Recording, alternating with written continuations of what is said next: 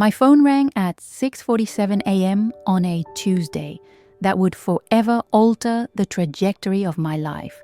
As a wildlife biologist with 15 years of experience, I'd received countless emergency calls, but something in the veterinarian's voice made my heart skip. "Sarah, we have a situation. There's a bobcat kitten here, maybe 6 months old, in critical condition. He was found yesterday, severely dehydrated and malnourished. The mother is nowhere to be found and honestly, Doctor..." Martinez paused, and I could hear the weight of his words. "We're scheduled to euthanize him this afternoon. No one thinks he'll make it." I gripped the phone tighter, already reaching for my keys. "What are his symptoms? Respiratory infection, severe malnutrition, possible neurological damage from trauma. He's been unresponsive since arrival. Sarah, I know you've worked miracles before, but this one..." His voice trailed off, leaving the unspoken truth hanging between us. "I'll be there in 20 minutes, I said without hesitation. The drive to the clinic felt eternal. My mind raced through possibilities, treatment options, and the harsh reality that most wild animals in this condition don't survive. But something deep inside me, that same instinct that had guided me through countless rescues, whispered that this was different. I dedicated my life to wildlife conservation, spending years in remote locations studying animal behavior and rehabilitation techniques. My small home had become an unofficial sanctuary for injured creatures, though I'd never attempted anything quite like this. As I pulled into the clinic parking lot, I made a silent promise to the universe. If this bobcat had even the slightest chance of survival, I would give him everything I had. I had no idea that this promise would lead to the most extraordinary relationship of my life. The moment I saw him, my heart shattered and soared simultaneously. He lay motionless in the sterile examination room, a tiny ball of matted fur that should have been golden and magnificent. His breathing was shallow, labored, and each exhale seemed like it might be his last. "We've named him Storm," Dr. Martinez said softly, "because of the circumstances we found him in. There was a severe thunderstorm 3 nights ago. We think he got separated from his mother during the chaos." I approached slowly, my trained eye taking in every detail. He was smaller than a typical 6-month-old bobcat, clearly stunted by malnutrition. His distinctive spotted coat was dull and dirty. His ears, normally alert and pointed, lay flat against his skull. But it was his eyes that captured me completely. Even in his weakened state, there was something extraordinary in those amber depths. Not the wild fear I expected, but something that looked almost like hope. It was impossible, yet I couldn't shake the feeling that he was somehow aware of my presence. "What's his temperature?" I asked, gently examining his tiny paws. "Dangerously low. We've been trying to stabilize him, but he won't eat, won't drink. He's given up, Sarah." I knelt beside the examination table, bringing my face close to his. "Hey there, little warrior," I whispered. "I know you're tired, but I'm here now. We're going to fight this together." As if responding to my voice, Storm's eyes fluttered open for just a moment. In that brief connection, I saw something that would haunt and inspire me for weeks to come, a flicker of recognition, of trust, of an unspoken plea for help. "I'm taking him home," I announced, surprising even myself with the certainty in my voice. Dr. Martinez stared at me as if I'd lost my mind. "Sarah, you understand the risks, right? This isn't a house cat. Even if he survives, he's a wild predator. The legal implications alone." "I have all the necessary permits for wildlife rehabilitation," I reminded him. though we both knew this situation pushed far beyond typical rescue protocols. And right now, he needs round-the-clock care that only a home environment can provide. The drive home was nerve-wracking. Storm lay wrapped in heated blankets in a specially designed carrier beside me, his breathing still frighteningly shallow. Every few minutes I'd glance over to ensure he was still alive, my heart clenching each time I saw how fragile he looked. My house sat on 5 acres of wooded land, specifically chosen for its suitability for wildlife rehabilitation. I'd converted my spare bedroom into a medical facility, complete with heating lamps, oxygen equipment, and everything needed for emergency animal care. As I carried Storm inside, my 2 rescue dogs, Max and Luna, approached curiously but respectfully. They'd learned over the years that new arrivals needed space and quiet. Their gentle sniffing and concerned whines told me they understood this was different, this was serious. I set up Storm's recovery area with military precision, temperature-controlled environment, soft bedding, easy access to medical supplies, and most importantly, a space where I could monitor him constantly.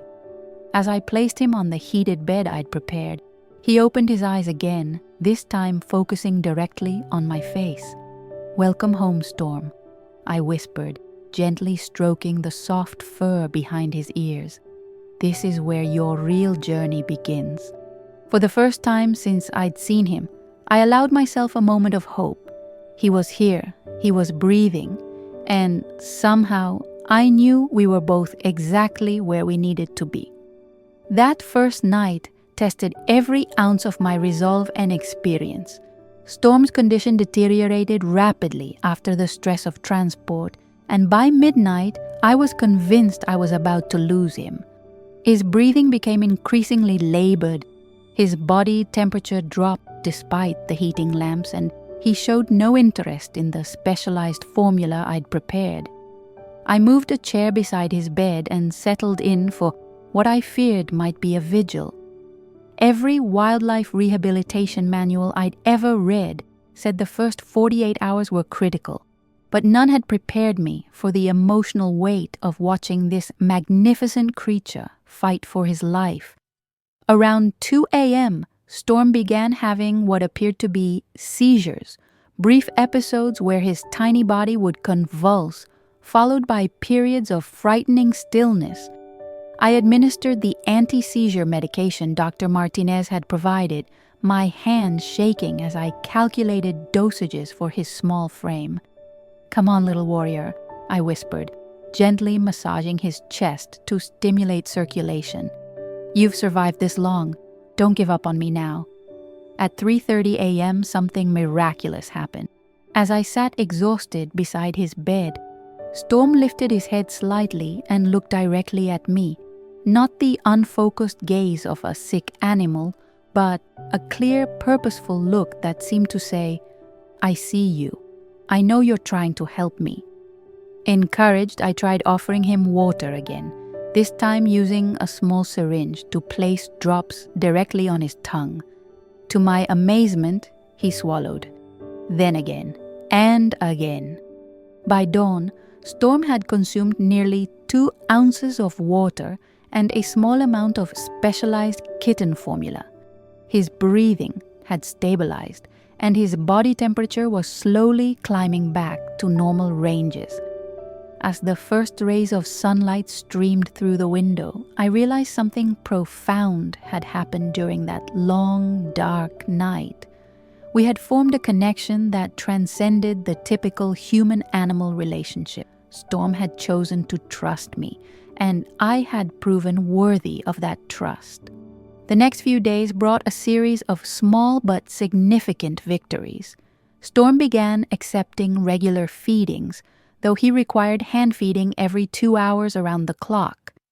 I learned to read his subtle cues, the slight movement of his ears when he was ready to eat, the way his breathing changed when he was comfortable versus stressed.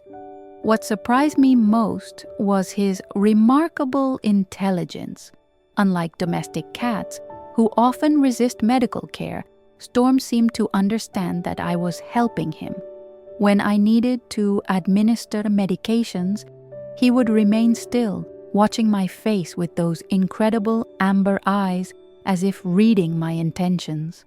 "You're not like any wild animal I've worked with," I told him during one of our feeding sessions. "It's like you know exactly what's happening." My veterinarian friends thought I was anthropomorphizing, but I knew better. Storm was demonstrating cognitive abilities that went far beyond typical animal behavior. He was learning, adapting, and most remarkably, forming emotional bonds. By the end of the first week, Storm had gained nearly a pound and was showing interest in his surroundings. He would track my movements around the room, and I swear he began recognizing the sound of my footsteps. When I approached, his ears would perk up and he'd make soft chirping sounds, not typical Bobcat vocalizations, but something uniquely his own. The breakthrough came on day 8. I was preparing his evening meal when I heard a sound I'll never forget, a gentle rumbling purr. I turned to find Storm watching me, his eyes bright and alert, producing that unmistakable sound of contentment. Tears streamed down my face as I realized what this meant. He wasn't just surviving, he was beginning to thrive. More importantly, he was choosing to communicate with me in a way that showed trust, affection, and recognition of our bond. "We're going to be okay, aren't we, Storm?" I whispered, gently stroking his now soft fur. His purr grew louder, and I knew with absolute certainty that our journey together was just beginning. As Storm grew stronger, his true personality began to emerge, and it was unlike anything I'd expected from a wild bobcat. Instead of the fierce independence typical of his species, Storm displayed an almost dog-like devotion to companionship and routine. He began following me with his eyes wherever I went in the room, and when I had to leave for work, he would position himself by the door, waiting for my return. The first time I came home to find him sitting in that exact spot, my heart melted completely. "Did you miss me, big guy?" I asked, kneeling beside him. His response was immediate. That special purr he reserved just for me, followed by gentle head bumps against my hand. Doctor. Martinez visited regularly to monitor Storm's progress, and even he was amazed by the transformation. "Sarah, I've never seen anything like this. His recovery is remarkable, but more than that, his behavior is extraordinary. He's bonding with you in ways that shouldn't be possible with a wild animal." What fascinated me most was Storm's intelligence. He quickly learned the layout of the house, understood which areas were his, and even began responding to his name. When I called Storm, he would look directly at me, ears forward as if saying, "Yes, what do you need?" The real test came when I introduced him to the rest of the house. I'd been keeping him confined to the medical room for safety, but as he grew stronger, I knew he needed more space.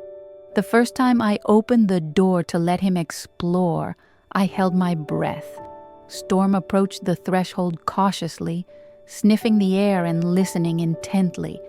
Then, instead of bolting for freedom as I'd feared, he looked back at me as if asking permission. Only when I nodded and said, "It's okay, go explore," did he venture into the hallway. He spent the next hour investigating every corner, but always returning to check on me, as if making sure I was still there.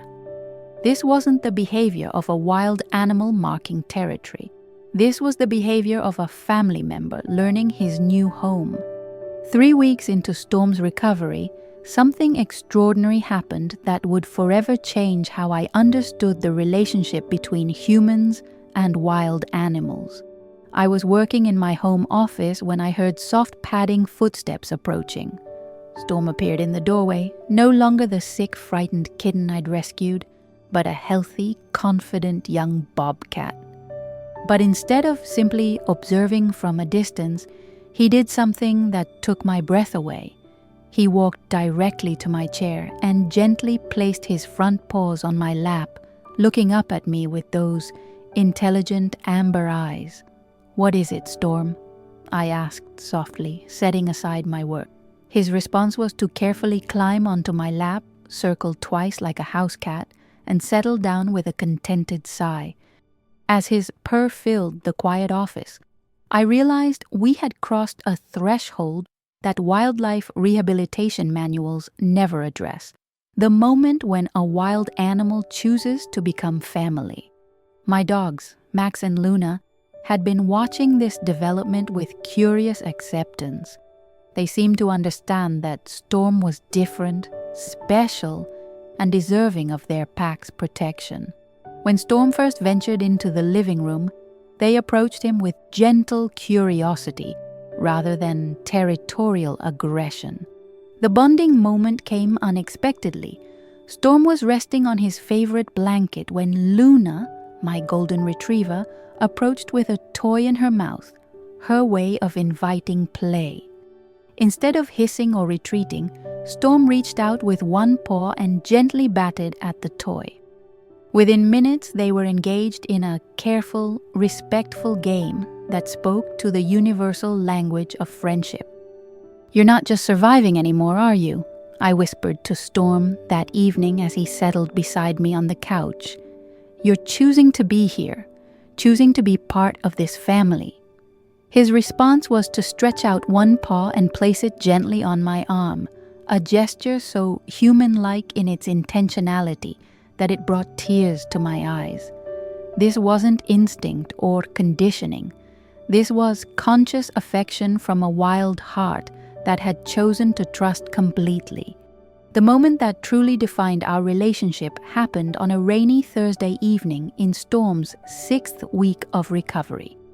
I had been battling a particularly difficult day at work, dealing with budget cuts that threatened several conservation programs I'd spent years developing. I came home exhausted, emotionally drained, and questioning whether my efforts truly made a difference. Storm seemed to sense my mood immediately.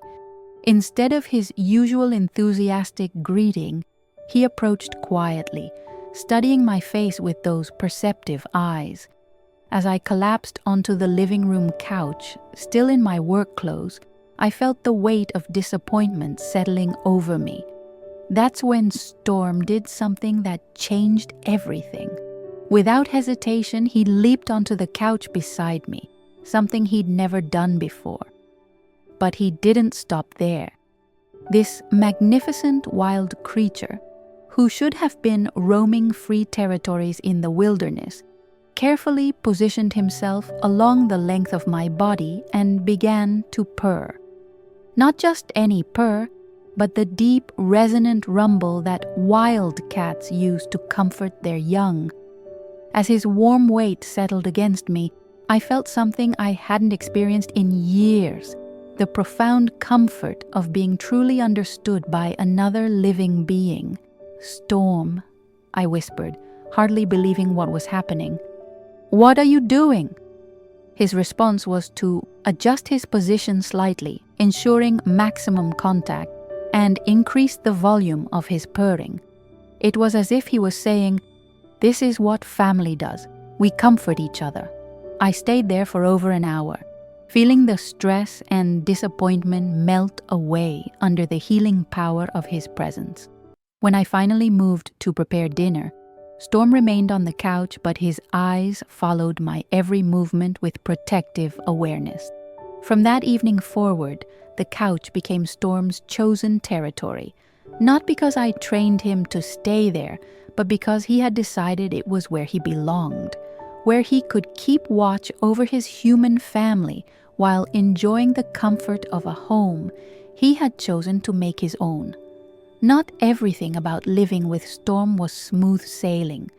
As he grew stronger and more confident, His wild instincts began to surface in unexpected ways, creating challenges I hadn't anticipated. The first major incident occurred during his 8th week of recovery, when a delivery truck arrived at the house. The sound of the diesel engine triggered something primal in Storm. In seconds, he transformed from my gentle companion into a 25-pound predator. Every muscle tense, ears flattened, eyes dilated with alarm. His protective instincts had kicked in, and he positioned himself between me and the front door, emitting low growls I'd never heard before. "Storm, it's okay," I said calmly, but he remained on high alert until the truck departed. Only then did he relax, looking almost embarrassed by his reaction. This incident taught me an important lesson. Storm might have chosen domestic life, but he was still a wild animal with instincts honed by millions of years of evolution. I needed to respect and work with those instincts, not against them. I began implementing what I called controlled socialization. When visitors came, I would prepare Storm in advance, allowing him to retreat to his safe space if needed, while gradually exposing him to new sights and sounds. His intelligence made this process remarkably smooth. He learned to distinguish between normal household activities and genuine threats. The food challenge was another hurdle. As Storm grew, his dietary needs became more complex. He required a carefully balanced diet of high-quality proteins, and his hunting instincts meant he preferred food that engaged his natural behaviors. I worked with veterinary nutritionists to develop feeding strategies that satisfied both his physical and psychological needs. But perhaps the biggest challenge was emotional, dealing with well-meaning friends and colleagues who questioned my decision to keep Storm.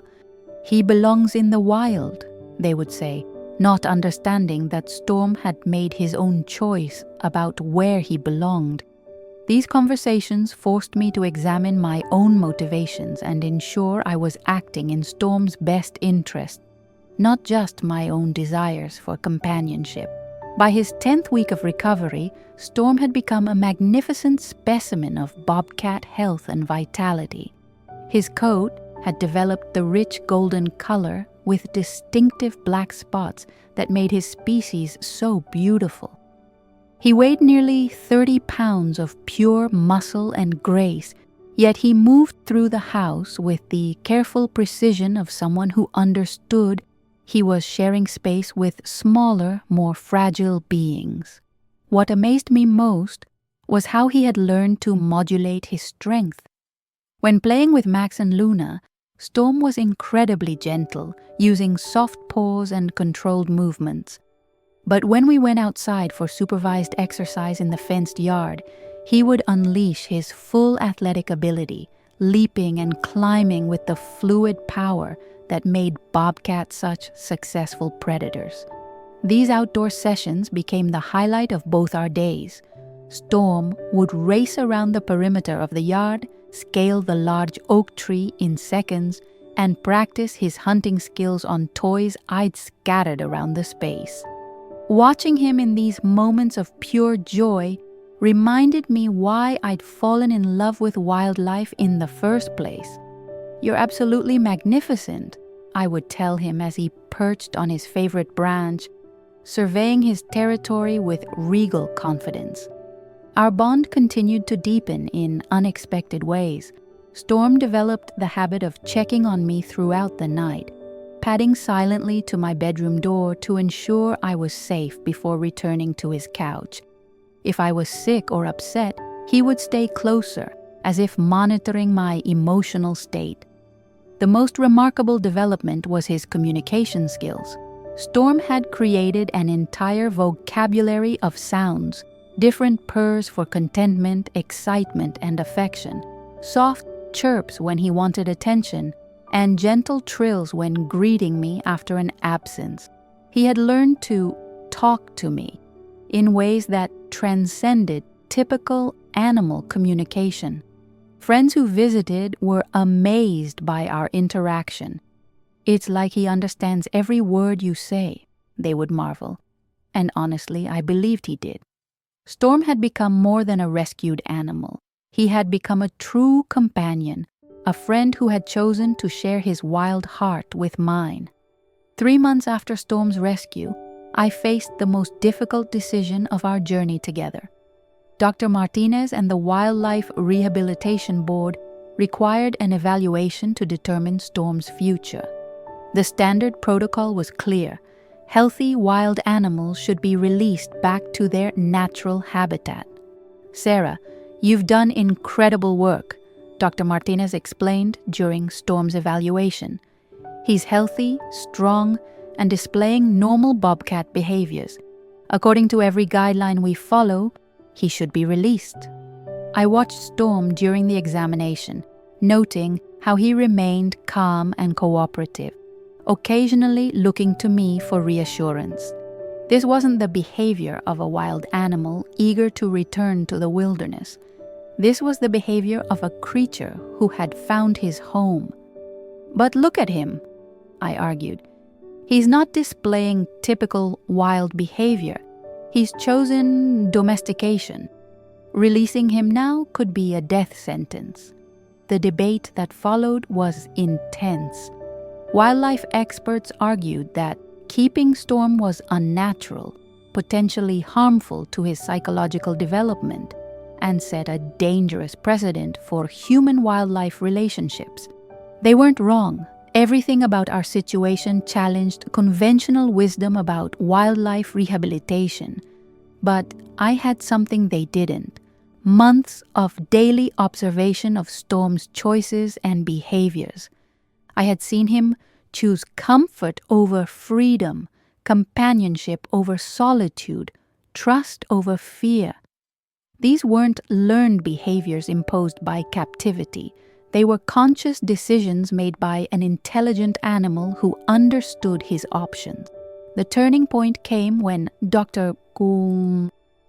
Martinez asked me to leave the room during part of the evaluation. Through the window, I watched Storm's reaction to my absence. Instead of relaxing or becoming more wild, he became anxious, pacing and calling for me with those distinctive trills. When I returned, his relief was obvious. He immediately settled and began purring. "This is unprecedented," Dr. Martinez admitted. "I've never seen a wild animal form such a specific individual bond. It's almost like he's imprinted on you as family rather than just a caregiver." The decision ultimately came down to Storm's welfare. Would he be happier and healthier in the wild, where he belonged by birth, or in the home he had chosen by heart? The final evaluation took place on a crisp autumn morning, exactly 4 months after Storm's rescue. A panel of wildlife experts, veterinarians, and state officials gathered to observe Storm in his home environment and make the ultimate decision about his future. I was nervous, but Storm seemed to sense the importance of the day. He was on his best behavior, demonstrating the perfect balance between his wild nature and domestic adaptation. When the officials arrived, he didn't hide or show aggression. Instead, he observed them with calm intelligence, occasionally seeking reassurance from me but never displaying fear or stress. "Show us his typical daily routine," requested Dr. Sarah Chen, the lead wildlife behaviorist. For the next 2 hours, I demonstrated Storm's life with us. His morning greeting ritual, where he would stretch luxuriously on his couch before approaching for gentle head bumps. His mealtime behavior, eating calmly from his designated feeding area. His interaction with Max and Luna, showing mutual respect and even playfulness. But the moment that sealed his fate came unexpectedly. During the evaluation, Luna accidentally knocked over a glass of water. The crash startled everyone, including the officials. Storm's immediate response wasn't to flee or become defensive. Instead, He quickly moved to position himself between the noise and me, then looked back to ensure I was safe before relaxing. That's protective behavior, Dr. Chen observed quietly. He's not just bonded to you, he's taken on a guardian role. This level of emotional investment in human welfare is extraordinary. The officials spent another hour discussing their observations, while Storm settled contentedly on his couch, occasionally glancing over as if monitoring the conversation about his future. When they finally announced their decision, I held my breath. Based on Storm's unique psychological profile, his demonstrated preference for domestic life, and the exceptional bond he's formed with his caregiver, we're granting permanent sanctuary status. Storm will remain with Sarah Mitchell under special wildlife rehabilitation permits. As tears of relief streamed down my face, Storm approached and gently placed his paw on my arm. His way of saying everything would be okay. We were officially family. 1 year after that desperate phone call that brought Storm into my life, I sit writing this story while he sleeps peacefully beside me on our couch. Yes, it's definitely our couch now. His gentle snoring provides a comforting soundtrack to my reflection on this incredible journey. Storm has grown into a magnificent adult bobcat, weighing 42 pounds of pure muscle and grace. His coat gleams with health, his amber eyes sparkle with intelligence and contentment, and his presence fills our home with a wild magic that never fails to amaze visitors. But more than his physical transformation, it's Storm's emotional evolution that takes my breath away. He has developed rituals and relationships that speak to the depth of his capacity for love.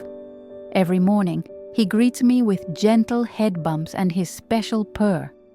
Every evening, he settles beside me on the couch, one paw touching my arm as if to say, "I'm here and I'm not going anywhere."